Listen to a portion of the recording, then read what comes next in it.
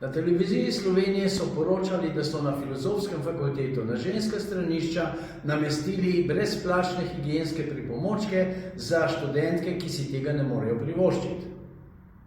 Ob koncu še na ljubljansko filozofsko fakulteto, ta je z novim letom na svojih straniščih zagotovila potrebščine, ki jih ženske sicer nujno potrebujejo vsak mesec. Na straniščih so na voljo brezplačni menstrualni higienski pripomočki, ki za marsikatero žensko predstavljajo velik strošek. Butnilo me je pa to, da so dali to tudi na moška stranišča in butnilo me je še bolj to, da so študentje rekli, da se s tem strinjajo, da moramo biti enakopravni.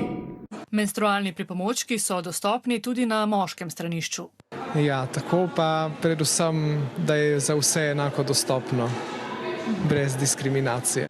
Pa ste na Filozofski fakulteti vsi fuknjeni, profesori in študentje, pa dajte ga sredi, dva spola sta.